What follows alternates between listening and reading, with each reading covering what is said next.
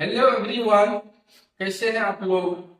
आशा करता हूं कि आप लोग अच्छे होंगे, स्वस्थ होंगे, मस्त होंगे। तो आज मैं फिर एक आपके लिए बेहद ही हेल्पफुल वीडियो लेके आया हूं, खास करके फार्मेसी स्टूडेंट के लिए, जो आपके लिए काफी लाभदायक होगा। आज का हमारा टॉपिक है adrenergic neurotransmission, synthesis of adrenergic neurotransmission. इसमें होता क्या है, हम लोग बेसिकली हम थोड़ा सा न्यूरॉन के बारे में जानेंगे कि न्यूरॉन होता क्या है। हमारा नर्वस सिस्टम जो है न्यूरॉन से मिलके बना होता है, और उस न्यूरॉन के अंदर जो है न्यूरोट्रांसमीटर होता है। क्या होता है? न्यूरोट्रांसमीटर होता है, जो हमारे डिफरेंट ऑर्गन तक मैसेज को लेके एक जगह से दूसरी जगह ट्रांसफर करता है, और फर्दर जो एक्शन होने वाला होता है उस एक्शन को प्रोसीड करवाता है। तो चलिए आज देखते हैं, हम आते हैं वीडियो में। सबसे पहले मैं जो ये वीडियो, ये बोर्ड पर जो देख रहे हैं, ये फिगर जो ड्रॉ किए हैं, ये फिगर में आपको हम बताना चाह रहे हैं कि जब हमारा एक फिनाइल एलानीन होता है, जो क्या होता है, इसेंशियल एमाइनो एसिड होता है। फिनाइल एलानीन क्या है? फिनाइल एलानीन एक इसेंशियल एमाइनो एसिड होता है।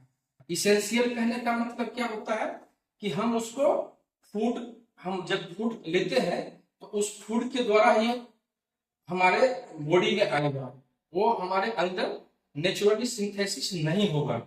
तो जब हम फूड को इंटेक करते हैं तो हमारे इंटेस्टाइन के द्वारा एब्जॉर्ब होकर ब्लड में जाता है, और ब्लड से फर्दर जो है वो लीवर में जाता है, और लीवर में वहां फिनाइल एलानीन लीवर में कन्वर्ट हो जाता है टायरोसिन में।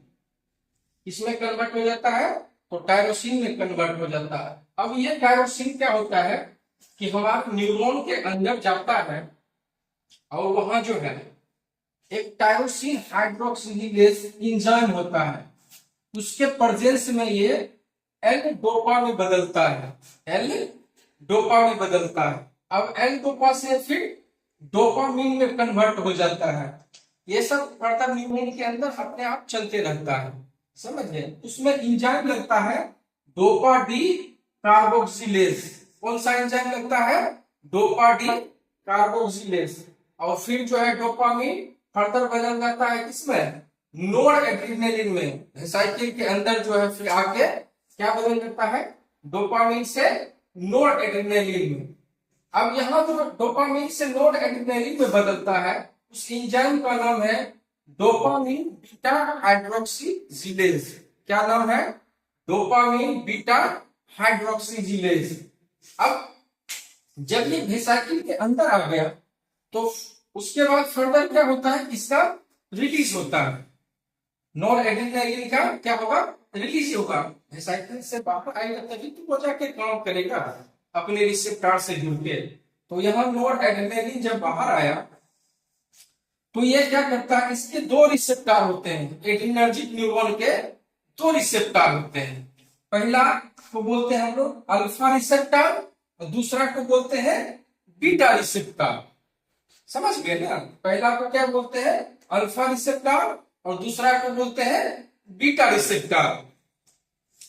अब ये अल्फा फर्दर दो टाइप के होता है, अल्फा 1 और अल्फा 2।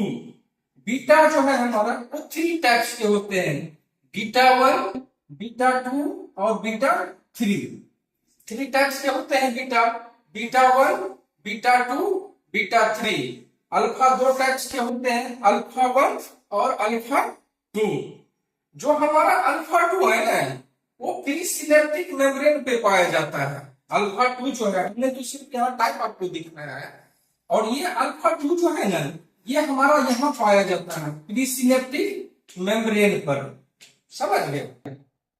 अब क्या होता है कि जो नॉर एड्रेनालिन यहाँ अपने रिसेप्टर पर काम किया और जो एक्स्ट्रा हो जाता है, उसका क्या होता है कि मेटाबोलाइज होने लगता है। उसका क्या होने लगता है? मेटाबोलाइज होने लगता है। तो मेटाबोलाइज जो करता है उस एंजाइम का नाम है COMT और माओ, दो इंजन है यहाँ, COMT एंड माओ। COMT का फुल फॉर्म है केटिकोल ओ मिथाइल ट्रांसफेरेज। क्या नाम है? Catechol O methyl transferase. और माओ का फुल नेम है, फुल मीनिंग है मोनोएमाइल ऑक्सीडेज।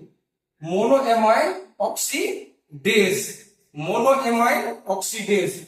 और ये मोनोएमाइल ऑक्सीडेज जो है ये फर्दर दो टाइप्स के होते हैं, माओ ए और माओ बी। समझ गए?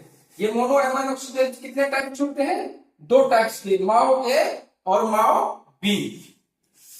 अब क्या है कि जब ये अपने रिसेप्टर पर डिफरेंट दो रिसेप्टर पर जब नॉरएड्रेनालिन होता है तो फर्दर जो आगे का अपने रिसेप्टर से जुड़ के जो प्रोसेस होता है उस प्रोसेस को आगे कंटिन्यू करवाता है।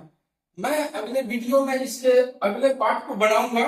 और जैसे ड्रग्स के नेम है कि टायरोसिन हाइड्रोक्सिलेज है, तो इसको जब हम इनहिबिट करेंगे इस एंजाइम को, समझ गए, टायरोसिन हाइड्रोक्सिलेज को, तो कौन सा हम, जब हमको मान लीजिए कि नॉरएड्रेनालिन को रोकना है बनने से, नॉरएड्रेनालिन को रोकना है बनने से, तो हम क्या करेंगे कि जैसे इस एंजाइम के प्रेजेंस में ये बन रहा है, तो अगर इस एंजाइम को हम इनहिबिट कर देंगे तो फर्दर आगे का प्रोसेस नहीं होगा, जिससे नॉरएड्रेनालिन नहीं बनेगा। तो इसके लिए डिफरेंट जो है इस पार्ट से इस पार्ट के लिए कौन सा ड्रग लगेगा, डोपामिन कार्बोक्सिलेज के लिए कौन सा ड्रग इनहिबिट करेगा इस एंजाइम को, डोपामिन बीटा हाइड्रोक्सिलेज को कौन सा ड्रग इनहिबिट करेगा, और ये हमारा COMT और माओ को कौन सा ड्रग इनहिबिट करेगा। समझ गए? तो फर्दर मैं अगले पार्ट में लेके आऊंगा। फिलहाल आज की वीडियो में इतना ही।